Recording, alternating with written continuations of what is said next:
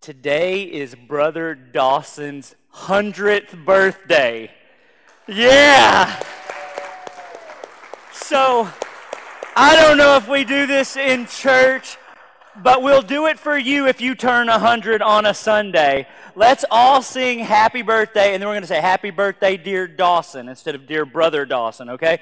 Happy birthday, dear Dawson. Josh? Happy birthday to you. Happy birthday to you.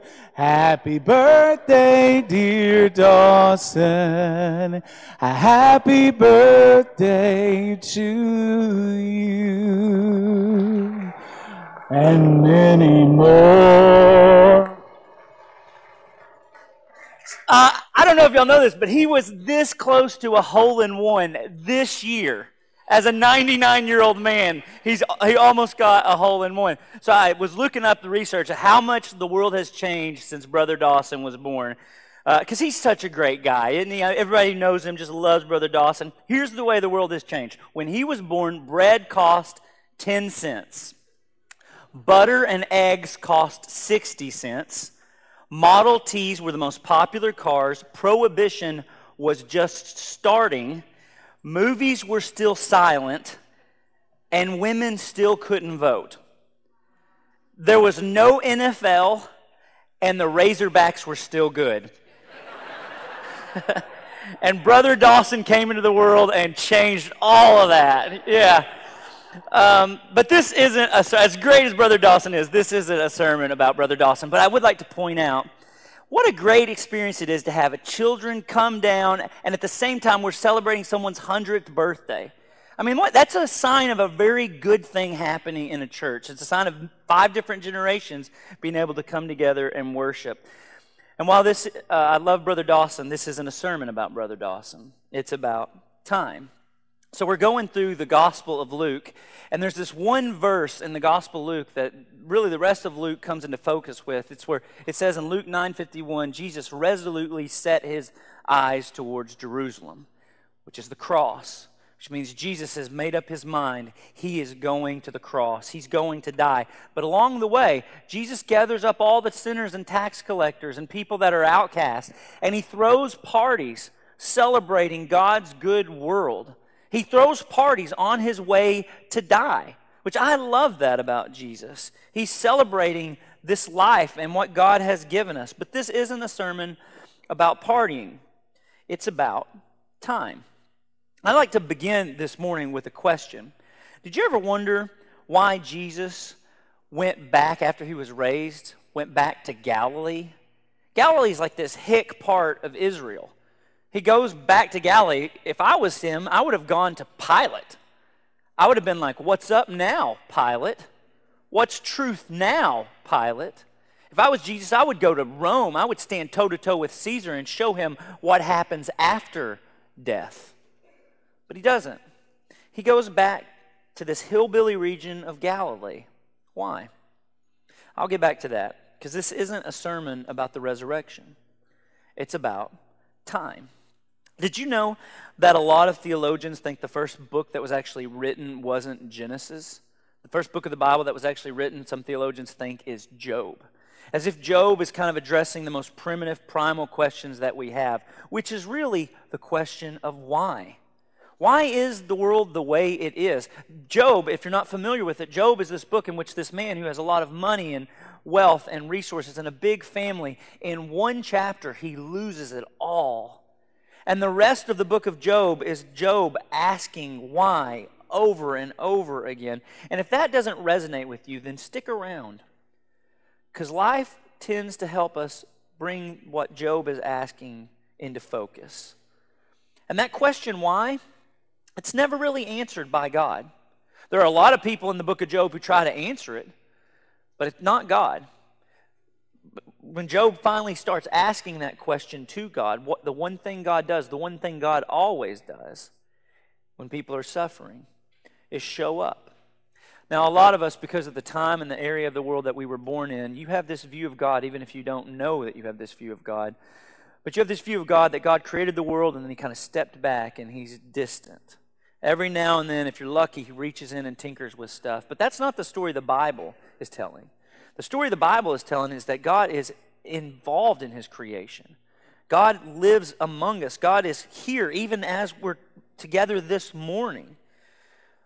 And God shows up. God doesn't like the line of questioning that Job is asking, so he flips the script. And he does the most bizarre things in the end of Job. Job is asking why. Why is the world the way it is? And God basically says, yeah, Job, have you noticed the way the world is? And he brings up, I kid you not, ostriches. So look at this. In one of my favorite passages in the whole Bible, in Job chapter 39, God is talking to Job, who's lost everything, his family, his money, his house, everything. And he says, have you noticed the ostrich, Job? The wings of the ostrich flap joyfully, though they cannot compare with the wings and the feathers of the stork. She lays her eggs on the ground and lets them warm in the sand. Unmindful that a foot may crush them, that some wild animal may trample them, she treats her young harshly as if they were not hers. She cares not that her labor was in vain. For God did not endow her with wisdom or give her a share of good sense. It's one of my favorite verses in the Bible. He's like, look, Job, ostriches are pretty dumb. I don't know if you've noticed. Yet when she spreads her feathers to run, she laughs at horse and rider. She's dumb, but when she goes to run, there's nothing like that. And I missed this class at Harding on how to deal with suffering, how to go into a hospital room and be like, yeah, I know it's really bad. I know the diagnosis is bleak. But have you turned on the Discovery Channel lately? Because it seems like that's what God is doing to a person who has lost everything. Here's what God is actually doing. He's offering a different perspective. He's saying, yeah, Job, you lost a lot, but you haven't lost all of it. This world is still good. And then Job, God doesn't give him any more answers. And he could have. He could have told him, you know what happened, Job? Satan came to me and said the reason that you loved me was because I was giving stuff to you. And I bet a whole lot on you, Job. I cashed all my chips in on you, Job, that I thought you were a man of character. And Job, turns out I'm right.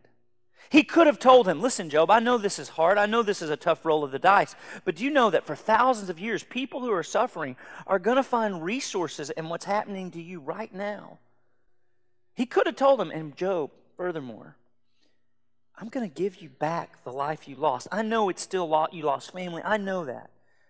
But what I've taken away, I will give you even more of. But he doesn't. And I'd love to tell you more about that part of the story, but this isn't a sermon about Job. It's about time. So, in the Gospel of Luke, as Jesus is walking on his way to the cross, there's this one time when Jesus is getting closer to Jerusalem where some religious people come up and ask Jesus a pretty pointed question in Luke chapter 13, starting in verse 1. Here's what they say. Now there was some present at that time who told Jesus about the Galileans whose blood Pilate had mixed with their sacrifices. Let me back up and tell you what they're talking about, because this was kind of the 9/11 of their day. Remember, Israel is oppressed by Rome. Rome is, they're the boot on the neck of the Israelites. And Pilate is the governor who reports to Caesar. He's a Gentile who is running all of Israel, making sure that it, stays peaceful. And at one point, one of the ways he did that was Galileans were coming to Jerusalem. They were offering sacrifices. And Pilate senses some kind of rebellion or some unrest. So he sends some soldiers in there, and they just kill people while they're worshiping. And their blood mixes with the animal sacrifices, making them feel not only unsafe, but also making the whole temple unclean. If that sounds bad to you today, you need to know in the world it happened in, it was unthinkable. Because it now meant that there was no single place on earth where they couldn't be reminded Rome is in charge. Even the temple, the place where they went to be reminded that God is the one who made everything, that God is sovereign, even there now, Rome had gotten to. And so when they come to him, they're basically asking this question, why? You speak on behalf of God. Why did that happen? The main question they're asking is, how long is it going to be like that? When they could just do whatever they want and we have no recourse, because if we do, they crucify us. The question they're asking is one that fits squarely in the rest of Scripture, and it's how long? How long are things going to be this way? I mean, Psalms 13:1 kind of summarizes this the best. How long, Lord? Will you forget me forever? How long will you hide your face from me? That question is in the Psalms dozens of times. It's a good question for the people of God to realize you can ask. There are times in your life you don't have to know everything. You don't have to be certain. There are times in your life when it feels like, God, what are you up to? And these people in this moment, when they go to Jesus, they're just asking a question that's been around since time began. And that's why Jesus answers the way he does. In verse 2, he says, do you think that these Galileans were worse sinners than all the other Galileans because they suffered this way? I tell you, no. But unless you repent, you too will all perish. Or what about those 18 who died when the tower in Siloam fell on them? Do you think they were more guilty than all the others living in Jerusalem? I tell you, no. But unless you repent, you too will all perish. Now, what Jesus is doing here is actually pretty genius, because he doesn't let them draw a straight line from a specific sin to a specific event. Have you ever noticed whenever there's some kind of horrible natural tragedy or something like that, there's always some person who's willing to leverage other people's pain for their own temporary glory? And we'll put a camera and a microphone in some religious leader's face, and they'll say, the reason this hurricane happened is because of those people who were doing this sin. The reason this earthquake happened is because of those people who were doing this. And I've noticed in my years that it's never a sin that the person who's talking might struggle with. I mean, you never hear somebody say, the reason the earthquake happened is because they just love money too much. Or the reason that hurricane happened is because they're just full of pride. No, it's always a sin that is something that they can distance themselves from. And that's why Jesus answers the way he does. He says, yeah, you think that just happened to bad people? No, that's not the way it works. He's saying there's a brokenness in the world, and unless you have forgotten, it's not just out there. It's in here too. It's like there's a splinter in my own soul, and we're aching to get it out. And if we're not careful, we'll become part of the very problems we so desperately think we want to solve. And then Jesus tells them this story in verse 6. He told them a parable. A man had a fig tree growing in his yard, and he went to look for fruit on it, but did not find any. So he said to the man who took care of the vineyard, for 3 years now I've been coming to look for fruit on this fig tree and haven't found any. Cut it down. Why should it use up more of the soil? Sir, the man replied, leave it alone for 1 more year, and I'll dig around it and fertilize it. If it bears fruit next year, fine. If not, then I'll cut it down. Now, in telling this story, Jesus would have been using imagery that the people he was talking to would have immediately tracked with. One, the real question that they were asking earlier is, who can we blame for this? First time, and Jesus responds with a story about a fig tree. You know the first time a fig tree is mentioned in your Bible? Genesis 3. When they put on fig leaves. Adam and Eve start blaming each other. That's on one level the story is working. But the other one is that all the Israelites would have known the fig tree and vineyard, those were two metaphors that represented Israel. They were called, that's one of the metaphors God used for them in the Hebrew Scriptures. And when they were being who they were meant to be, they were fruitful. But this is a story about a fig tree that isn't that fruitful, and it hasn't been that fruitful for how many years? 3. Which this happens to be about the 3rd year of Jesus' ministry. The point he's making is that these are the people of God, but when God actually comes to them in the flesh, he's walking around and you don't even recognize him. The people of God are refusing to listen to the one who formed them in the first place. But this isn't a story about that. It's about time. Because the owner wants to cut down the fig tree, right? Which is a symbol of God's judgment. But the caretaker says, no, give him a little bit more time. He knows that the little tree isn't living up to its calling, but he still sees in it potential, and so he asks for patience. And you might be asking, why does Jesus tell this story here? I mean, this is a horrible thing. The 9/11 of the Jewish community, they're asking for help in interpreting current events, and Jesus basically does some kind of Jewish old MacDonald story to them. Why is Jesus doing this? But what he's doing is actually brilliant, because they're asking about God's judgment. When is God going to set the world right? When is God gonna, what's taking him so long? And Jesus responds by telling them a story that gives them an illustration of God's simultaneous mercy and judgment. Because for some people, God's patience is mercy, and for others, it seems unfair. And the only way to know which side you're on is by asking which side of the tree you're on. Are you bearing fruit or not? This is why Jesus says to these people, repent.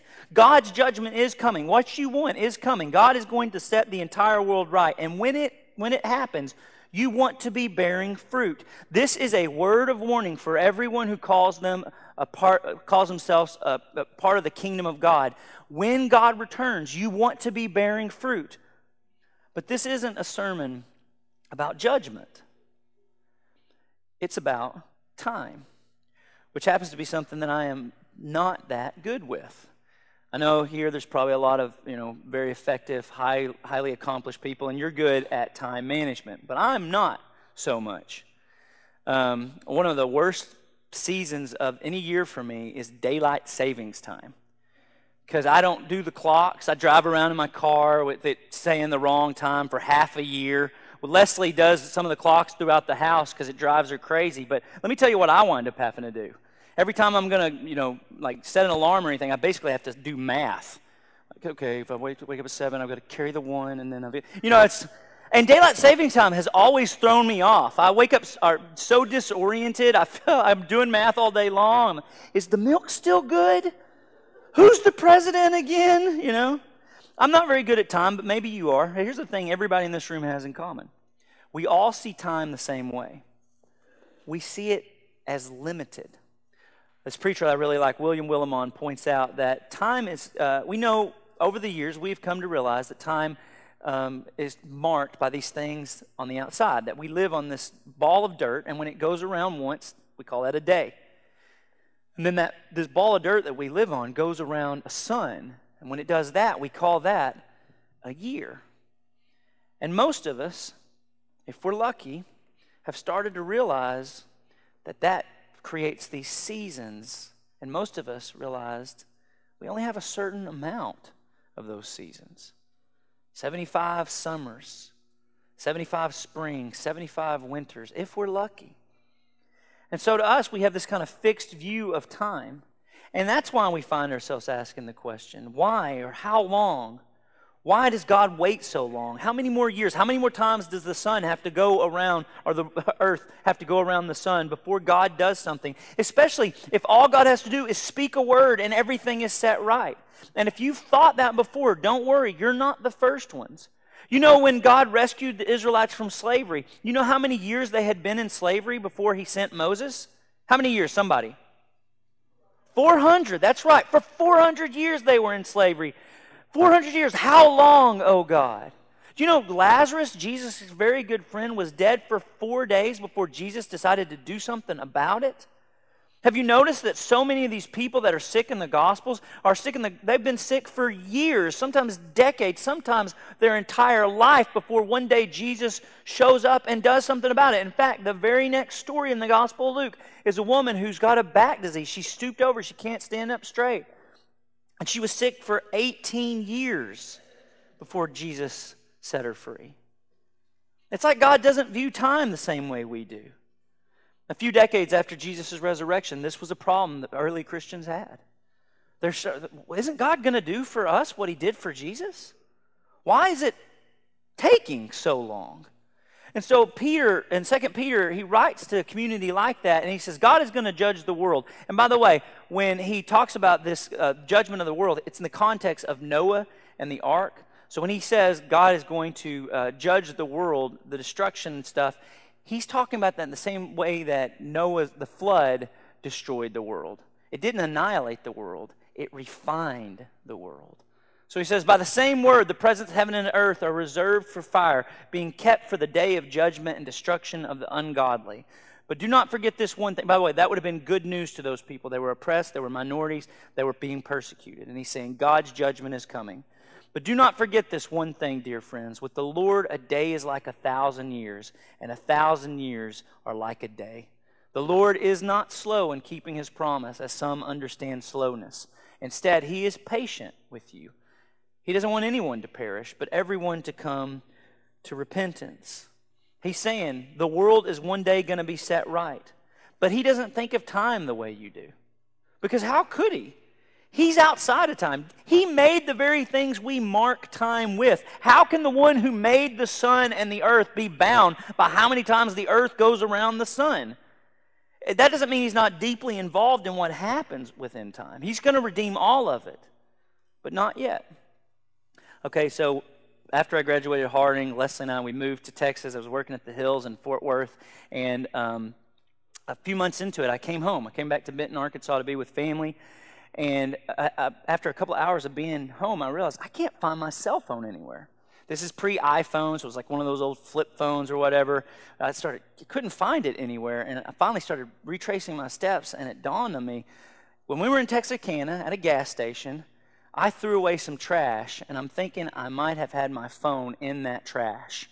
So a couple days later, as we're going back, we stop at that exact gas station, run in, say, has anybody turned in a phone? Say no. So, could you point us in the direction of your dumpster? She does. And so we get, me and my college friend Chris Pearson, we get in this gas station dumpster that is, it's like the 7th layer of Hades. It is just the worst ever. I mean, there's things in there that I just can't even mention to you today in polite company. So we're just digging through all this stuff, and we're in there for several minutes when one of us goes, what if we called the phone? Like, okay. So we do, and the greatest noise ever, the Arkansas Razorback fight song is coming from piles of ding-dong rappers and unmentionables, and just finally get in there, and finally I get it. And everybody's a winner except for Leslie, who has to ride another 3 hours with 2 dudes who just rooted through a gas station dumpster. And while a lot of people in the state of Texas had a cell phone that week, there was not anybody who appreciated theirs more than I did. Because the greater the loss, the greater the joy when it's discovered. A year ago when I was first getting here, I got to meet Terry and Betty Hitchcock. So great. They came to that senior class that I was teaching on Wednesdays, and while I was teaching, they're the kind of married couple. They've been married for so long, they would just kind of lean on each other while it was happening. And Miss Betty can finish Brother Terry's sentences. Often she would finish his sentences by saying, "You're not going to finish that sentence." And then about 8 months ago, Brother Terry began getting sicker. And eventually, he passed away. And this man that Miss Betty has loved so much and so well, she had to say goodbye to. But the greater the loss,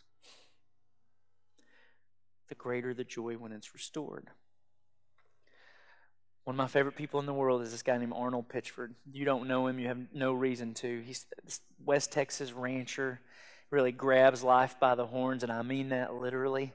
Because when he was like 80 years old, right around 80, 79, 80 years old, he got in a fight with a bull.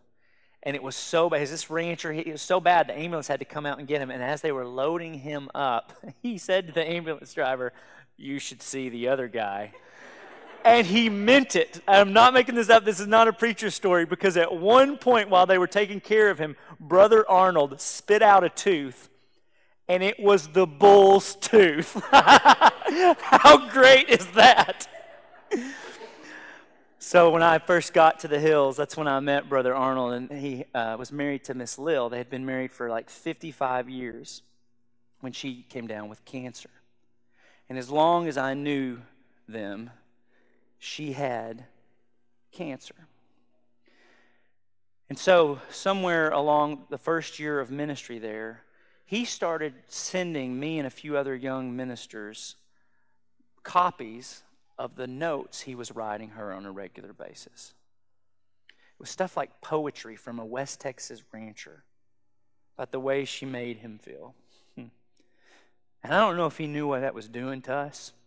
In a world where a lot of guys break their promises, we were getting to see a guy keep it so well. And then at her funeral, when he goes up to the casket, he just loses it. He lays over the casket and he's sobbing. And let me tell you what I saw, church. I saw a woman open like a flower to a man who loved her very well. And now, she was no longer there for him to love. But the greater the loss, the greater the joy when it's restored. A few years ago, a friend of the family finds out they're pregnant, and they were 7 months pregnant. She found out, she thought it was indigestion, and she went to the doctor, and turned out it was the baby's kicking. So she gives birth to this beautiful little girl named Jordan. And 11 days later, Jordan stopped breathing.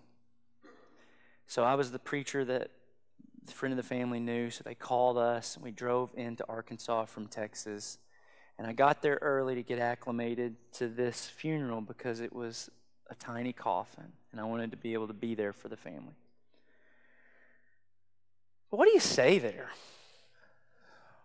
What words do justice when it doesn't feel like there's any longer such a thing? What do you say in moments like that? Paul uses this term to describe Christians that I've really liked. He says, we grieve with hope. What does that look like? A couple months ago, I had a stomach bug, 24 hours. I was sick, but then it got better. For the rest of the week, I kind of had a little extra pep in my step, didn't take my health for granted. But this week, my wife and I, we were in Abilene seeing some friends, and got to see one of my best friends in the whole world, Matt. And Matt, his wife, is in the hospital. She's been in the hospital for months. Actually, if you put them all together, because of her chronic illness, she's been in the hospital for years. And every night she's in the hospital, he takes their little boys up to the hospital to take care and love on Christine.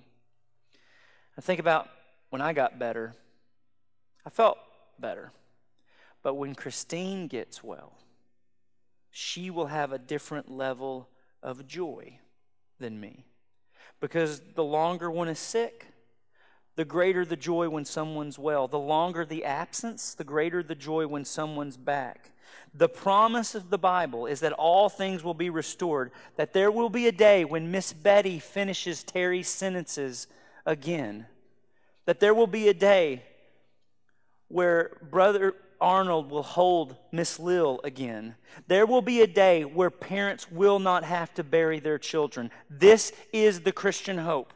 Like in Isaiah 65, this big vision of the new heavens and the new earth that gets incorporated into Revelation. Here's what the way Isaiah says it. Never again will there be a baby that lives but a few days. That won't happen again. Or an old man who does not live out his years. The ones who die at 100 will be thought a mere child. The ones who fail to reach 100 will be considered accursed. So you're doing good, Brother Dawson. They will build houses and dwell in them. They will plant vineyards and eat their fruits. Never again will an infant die, and never again will our vineyards will always bear fruit. This is what it looks like to grieve with hope.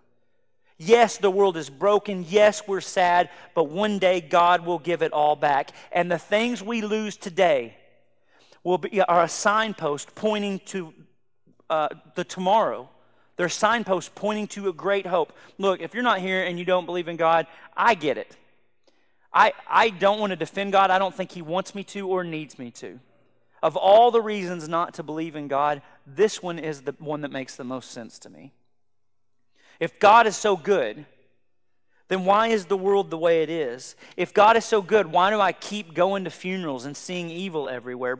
But the flip side to those who want to write God off is, if God doesn't exist, what do you do with beauty? What do you do with all the goodness around you? Which is the point God makes to Job when he's hurting. It's easy when you see all this bad, when you get tunnel vision on the suffering. It's easy to write God off, but when you try to, He forces you to notice the good.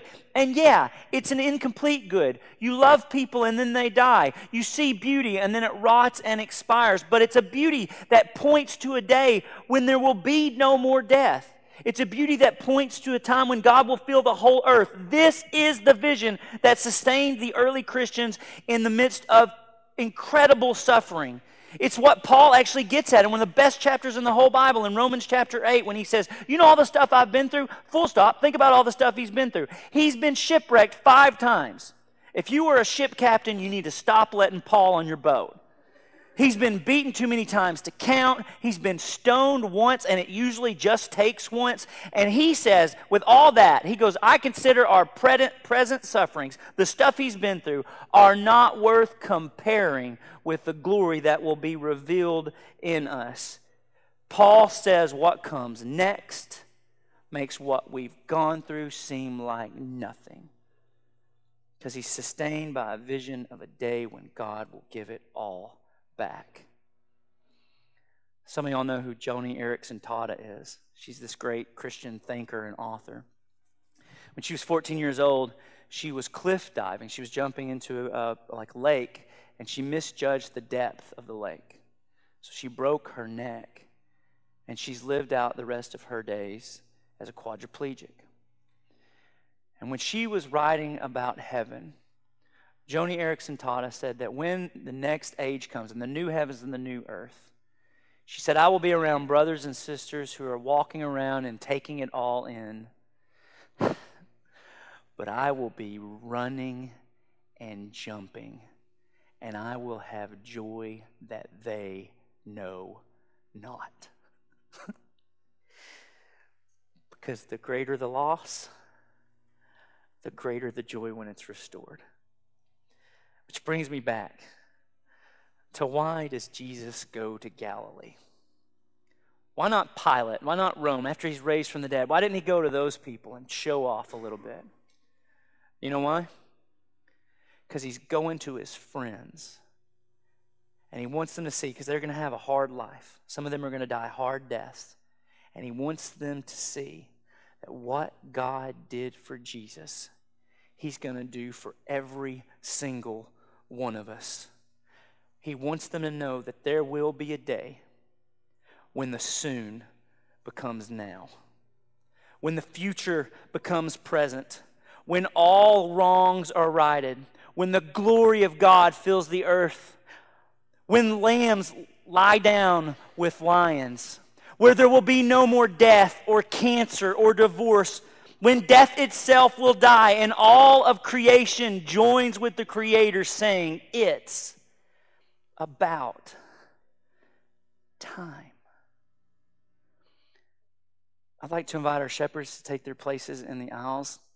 If you're going through anything in life, maybe you've got a heavy week coming up, or maybe you've had a heavy week in the past, or maybe you just want pray for God to use you as a good neighbor in your neighborhood, or good coworker in your job. Or if you would like to put on Jesus in baptism, or learn more about Jesus or baptism, I'll be right down here. These guys would love to pray with you and bless your life. You can go to them, or you can go to me as we stand and work.